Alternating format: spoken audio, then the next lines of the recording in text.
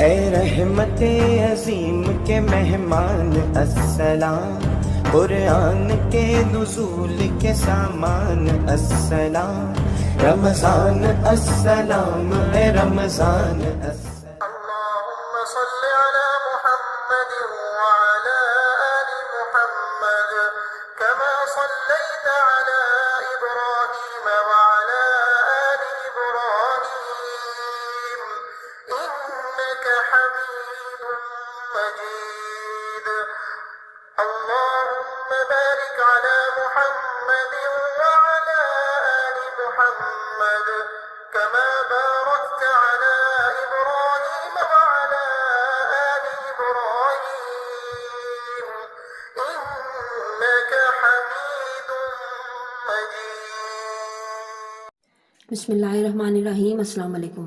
میرے چینل میں آپ سب کو بہت خوش آمدید۔ رمضان کے 19ویں روزے کے وظائف لے کر میں آپ کی خدمت میں حاضر ہوئی ہوں۔ اس ذرا آپ نے کیا پڑھنا ہے اور کیا وظائف کرنے ہیں نوٹ کر لیں۔ 19واں روزہ فجر کی نماز کے بعد 1 مرتبہ پڑھیں۔ اللہم اغسل انی خطایا بماء الثلج والبرد ونقی قلبی من الخطایا کما نقیت ثوب العبید من الدنس وبعد بینی وبین خطایا کما بعدت بین المشرق والمغرب۔ فجر کی ہی نماز کے بعد 1 مرتبہ پڑھیں۔ اللہم اغفر لی وارحمنی وعافینی وارزقنی واہدینی۔ ظہر کی نماز کے بعد 3 مرتبہ پڑھیں۔ ربی تقبل توبتی واغسل حوبتی واجب دعوتی۔ ظہر کی ہی نماز کے بعد 3 مرتبہ پڑھیں۔ اللہم اغفر لنا وارحمنا وارض عنا وتقبل منا وادخلنا الجنۃ ونجینا من النار واصلح لنا شأننا کلہ۔ عصر کی نماز کے بعد 1 مرتبہ پڑھیں۔ رب اغفر وارحم واہدین سبیل الاقوام۔ عصر کی نماز کے بعد 1 مرتبہ پڑھیں۔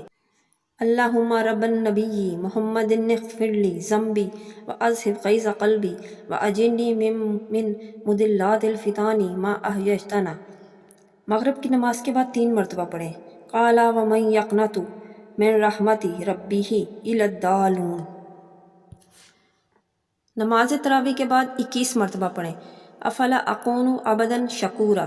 فضیلت: حضور اقدس صلی اللہ علیہ وآلہ وسلم سے بڑھ کر کسی کے لیے بشارتیں نہیں تھیں۔ اللہ تعالیٰ نے آپ صلی اللہ علیہ وسلم کی سب کچھ چھوٹی موٹی لغزش کی مغفرت فرما دی، جس کا اعلان سورہ الفتح کے شروع میں فرما دیا۔ اس کے باوجود آپ صلی اللہ علیہ وسلم راتوں رات نمازیں پڑھتے، جس کی وجہ سے آپ صلی اللہ علیہ وسلم کے قدم مبارک سوج گئے تھے۔